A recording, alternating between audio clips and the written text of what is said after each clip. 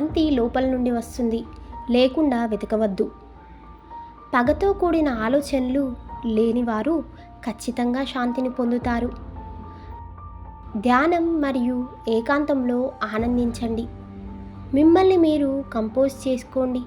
సంతోషంగా ఉండండి. మీరు అన్వేషకుడివి. 1000 బోలు పదాల కంటే శాంతిని కలిగించే ఒక్క పదం ఉత్తమం. ద్వేషం ద్వేషంతోనే ఆగిపోదు, కానీ ప్రేమ ద్వారా మాత్రమే. ఇది శాశ్వతమైన నియమం. మార్గం ఆకాశంలో లేదు, మార్గం హృదయంలో ఉంది. మీరు మీరే. మొత్తం విశ్వంలో ఎవరైనా మీ ప్రేమ మరియు ఆప్యాయతకు అర్హులు. ప్రేమ అనేది ఒకరి అంతరంగిక ఆత్మ, మరొకరికి బహుమతి. కాబట్టి ఇద్దరూ సంపూర్ణంగా ఉంటారు. ఒక క్షణం ఒక రోజుని మార్చగలదు, ఒక రోజు జీవితాన్ని మార్చగలదు, మరియు ఒక జీవితం ప్రపంచాన్ని మార్చగలదు. ఏమీ తొందరపడకు. సరైన సమయం వచ్చినప్పుడు అది జరుగుతుంది. జీవితం ప్రవహిస్తుందని తెలిసిన ఆమెకు ఎటువంటి అరిగిపోదు. సరిదిద్దటం లేదా మరమ్మత్తు అవసరం లేదు. అన్ని అనుభవాలు మనసు ద్వారా ముందుగా ఉంటాయి. మనసును వాటి యజమానిగా కలిసి ఉంటాయి. మనసు ద్వారా సృష్టించబడతాయి. ప్రతీకారం కోసం మీ సమయాన్ని వృధా చేసుకోకండి.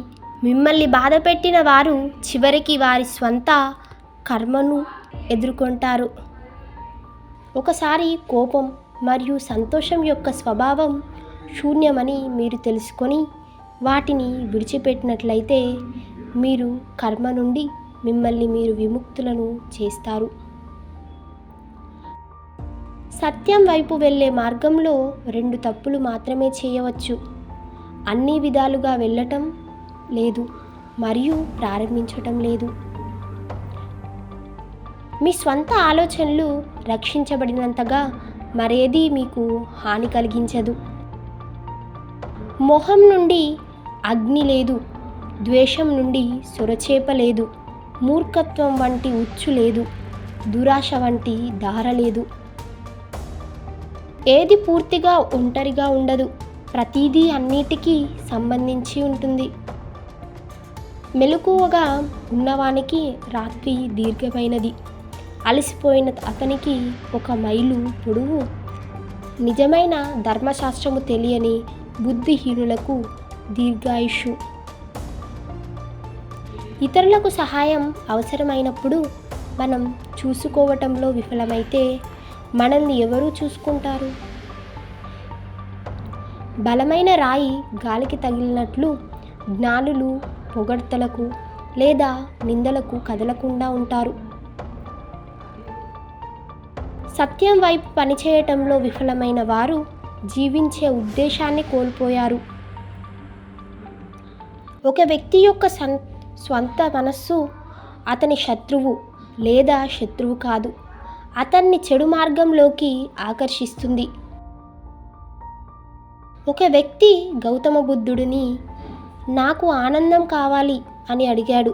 బుద్ధుడు చెప్పాడు, మొదట నేను తొలగించు, అది అహం, ఆపై కోరిక, అది కోరిక. ఇప్పుడు నీకు ఆనందం మాత్రమే మిగిలి ఉంది. చూడండి, మార్గం ఆకాశంలో లేదు, మార్గం హృదయంలో ఉంది. చివరికి 3 నిమిషాలు మాత్రమే ముఖ్యమైనవి. మీరు ఎంతగా ప్రేమించుకున్నారు, ఎంత సున్నితంగా జీవించారు, మరియు మీకోసం ఉద్దేశించని విషయాలను ఎంత సునాయాసంగా వదులుకున్నారు. ప్రశంసలు మరియు నిందలు, లాభము మరియు నష్టాలు, సుఖము మరియు దుఃఖములు గాలి వలె వచ్చి చేరును. సంతోషంగా ఉండాలంటే వారందరి మధ్యలో ఒక పెద్ద వృక్షంలా విశ్రాంతి తీసుకోండి. మీరే ఇప్పుడు సమాజం. మీకోసం దీపంలా ఉండండి. మీ స్వంత ఆశ్రయం మరొకటి వెతకకండి. అన్ని విషయాలు పాస్ చేయాలి. పట్టుదలతో కష్టపడండి, వదులుకోవద్దు. మీ పని మరియు మాటలు ఇతరులకు ప్రయోజనకరంగా ఉంటే ఆనందం వస్తుంది. చెడు అంటే ఏమిటి? చంపడం దుర్మార్గం, అబద్ధం చెడు, దూషణ చెడు, దుర్వినియోగం చెడు, గాసిప్ చెడు, అసూయ చెడు, ద్వేషం చెడు, తప్పుడు సిద్ధాంతం అంటిపెట్టుకొని ఉండటం చెడు. ఇవన్నీ చెడ్డవి. మరియు చెడు యొక్క మూలం ఏమిటి? కోరిక చెడుకు మూలం, భ్రమ చెడుకు మూలం. గొప్ప ప్రార్థన ఓర్పు. జీవితమున్న వారందరూ బాధల నుండి విముక్తి పొందండి. 1000 సార్లు 1000 మందిని ఓడించిన వానికంటే తనను తాను జయించిన వాడు చాలా గొప్పవాడు. కుటుంబం అనేది మనస్సులు ఒకదానితో ఒకటి పరిచయం చేసుకునే ప్రదేశం. ఈ మనసులు ఒకరినొకరు ప్రేమిస్తే ఇల్లు పూల తోటలా అందంగా ఉంటుంది. కానీ ఈ మనసులు ఒకదానికొకటి సామరస్యాన్ని కోల్పోతే అది తోటను నాశనం చేసే తుఫాను లాంటిది.